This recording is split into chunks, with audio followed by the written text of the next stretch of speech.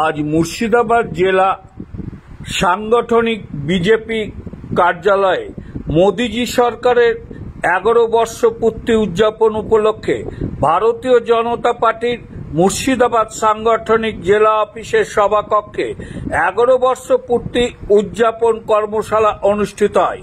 এই কর্মশালায় উপস্থিত ছিলেন প্রাক্তন কেন্দ্রীয় মন্ত্রী নিশীথ প্রামাণিক, মুর্শিদাবাদ বিধানসভার বিধায়ক গৌরীশঙ্কর ঘোষ, মুর্শিদাবাদ জেলা সাংগঠনিক বিজেপির সভাপতি সৌমেন মণ্ডল সহ জেলা বিজেপির নেতৃত্ব এবং জেলার সমস্ত বুথকর্মী। এই কর্মশালা শেষে কি বললেন মুর্শিদাবাদ বিধানসভার বিধায়ক গৌরীশঙ্কর ঘোষ এবং প্রাক্তন কেন্দ্রীয় মন্ত্রী নিশীথ প্রামাণিক, শুনুন। প্রভাব সংবাদ, লালবাগ থেকে রবি ঘোষের রিপোর্ট।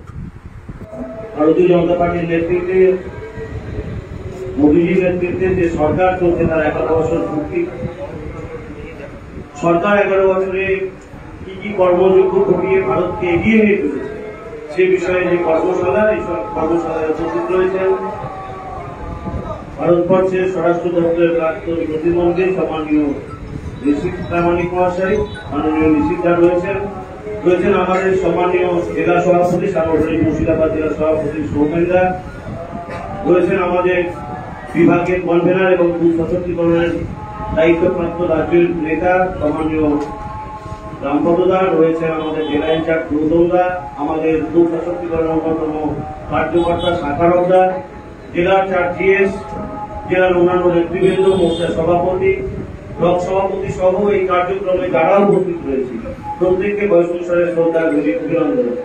দীর্ঘক্ষণ আলোচনা হয়েছে এবং প্রত্যেকটি বিষয় পুঙ্খানুপুঙ্খভাবে আমাদের মাননীয় রামপদদা সভাপতি এবং নিশীথদা আমাদের সামনে তুলে ধরেছে। আমাদেরকে বুথ স্তরে গিয়ে সেই কাজ সম্পন্ন করতে হবে। পার্টি আমাদেরকে বিশ্বাস করেই দায়িত্ব দিই সুস্থ সমাজ করা, বৈভবশালী ভারত করা, ঐক্যবদ্ধ ভারত, শ্রেষ্ঠ ভারত করার জন্য আমাদেরকে দায়িত্ব দিয়েছে বুথ স্তর, মন্ডল স্তর, জেলা স্তরে কাজ করতে। আজকে পার্টি নেতৃত্ব আমাদেরকে বিশ্বাস করে দায়িত্ব দিয়েছে। পার্টির সেই নেতৃত্বের যে আস্থা আমাদের উপরে রয়েছে তার প্রতি আমাদেরকেও কিন্তু শ্রদ্ধা জানিয়ে সেই কাজ করতে হবে। একটা বিষয় বলবো যে বুথ সশক্তিকরণের ক্ষেত্রে একটা বিষয় মাথায় রাখতে হবে। আমরা কালীগঞ্জ যে বাই ইলেকশনে লড়ছি সেখানে দেখতে পেয়েছি এবং নির্বাচন কমিশন থেকেও জানিয়ে দিয়েছে যে 1200+ ভোট থাকলেই সেই বুথ ভাগ হয়ে যায়। যেখানে আপনার 1200 ভোটার রয়েছে, 1200+ রয়েছে, সেটা কিন্তু দুটো বুথ হবে আগামী বিধানসভা। যেখানে 1195, 1190 হয়ে আছে সেখানে কিন্তু 1200 হয়ে যাবে নভেম্বরে ভোটার তালিকায় নাম উঠবে। সেগুলো কিন্তু বিধানসভা ভোটে দুটো বুথ হবে। তাই এখন থেকে আপনারা প্রস্তুতি নেন, কারণ কালীগঞ্জ বিধানসভায় ভোট করতে গিয়ে 252 থেকে 309টা বুথ হয়েছে, 1200+ গুলো সব ভেঙে দিয়েছে। তো 26-এর ইলেকশনও সেইভাবে হবে। তাই যে বুথগুলোতে 1200+ ভোটার রয়েছে এখন থেকে প্রস্তুত নেন যে সেই বুথটা দুটো বুথ হবে। আর একজন বুথ সভাপতি পেয়েছে একটা শ্যাডো বুথ কমিটি তৈরি করে রাখতে হবে, যেদিন পার্টি নির্দেশ দেবে সেদিন সেটাকে কার্যকরী করবে। দ্বিতীয় বিষয় যেটা চলছে আমাদের 11 বর্ষ পূর্তি উদযাপন, সম্পূর্ণটা মাননীয় প্রাক্তন স্বরাষ্ট্র প্রতিমন্ত্রী বলেছেন। আমরা সবাই জেনেছি 11 বছরের মোদীজির নেতৃত্বে দেশ কতটা এগিয়ে। আমরা অর্থনীতিতে বিশ্বের 4র্থ শক্তি হিসেবে উঠে এসেছি। আমরা প্রতিরক্ষা ক্ষেত্রে আমরা দেশকে এগিয়ে নিয়ে গেছি, সামরিক শক্তিতে আমরা বলিয়ান রেকর্ড করেছি। সবগুলোই ভারতবর্ষের যশস্বী প্রধানমন্ত্রী মোদীজির নেতৃত্বে। তাই দেশ যে এগিয়ে চলে, আমরা যে স্লোগান দিয়েছিলাম অখণ্ড ভারত, বৈভবশালী ভারত, আমরা সেই পথে এগোচ্ছি। তাই আমাদেরকে আরো বেশি ত্যাগ স্বীকার করে আমাদের কাজ করতে হবে। আমরা চাইব যে আমাদের জীবদ্দশায় আমাদের ভারত শ্রেষ্ঠ ভারত, বৈভবশালী ভারত, যে লক্ষ্যে আমরা পার্টি করতে এসেছি, বৈভবশালী ভারত, শক্তিশালী ভারত, সেটা আমরা আমাদের জীবদ্দশায় যদি দেখতে চাই আমাদেরকে আরো দায়িত্ব নিয়ে কাজ করতে হবে, আরো বেশি ত্যাগ স্বীকার করতে হবে, আরো বেশি নিজের হৃদয়কে বিকশিত করতে হবে। তবেই আমরা আগামী 26-এ ক্ষমতায় আসবো, আমরা বৈভবশালী ভারত দেখতে পাবো, অখণ্ড ভারত দেখতে পাবো। এই আহ্বান রেখে সবাইকে আবার একবার সুস্বাস্থ্য কামনা করে শেষ করছি। সবাই ভালো থাকবেন। বন্দে মাতরম, ভারত মাতা। আমাদের যেমন সাংগঠনিক শক্তি মজবুত করবার জন্য বিভিন্ন রকমের কর্মসূচি নেওয়া হয়েছে, পাশাপাশি বিগত 11 বছর ধরে মাননীয় প্রধানমন্ত্রী মোদীজির নেতৃত্বে সারা দেশ জুড়ে উন্নয়নের যে কর্মযজ্ঞ চলেছে সেই বিষয়েও একেবারে বিধানসভা থেকে শুরু করে মণ্ডল থেকে শুরু করে বুথ স্তরে সাধারণ কর্মী থেকে শুরু করে সাধারণ মানুষ প্রত্যেককে এই উন্নয়নের কর্মযজ্ঞর বিষয়ে অবগত করানো যেমন আমাদের একটা দায়িত্ব, আর সেই দায়িত্ব পালন করবার জন্যই আমরা নির্দিষ্ট কর্মসূচি নিয়েছি।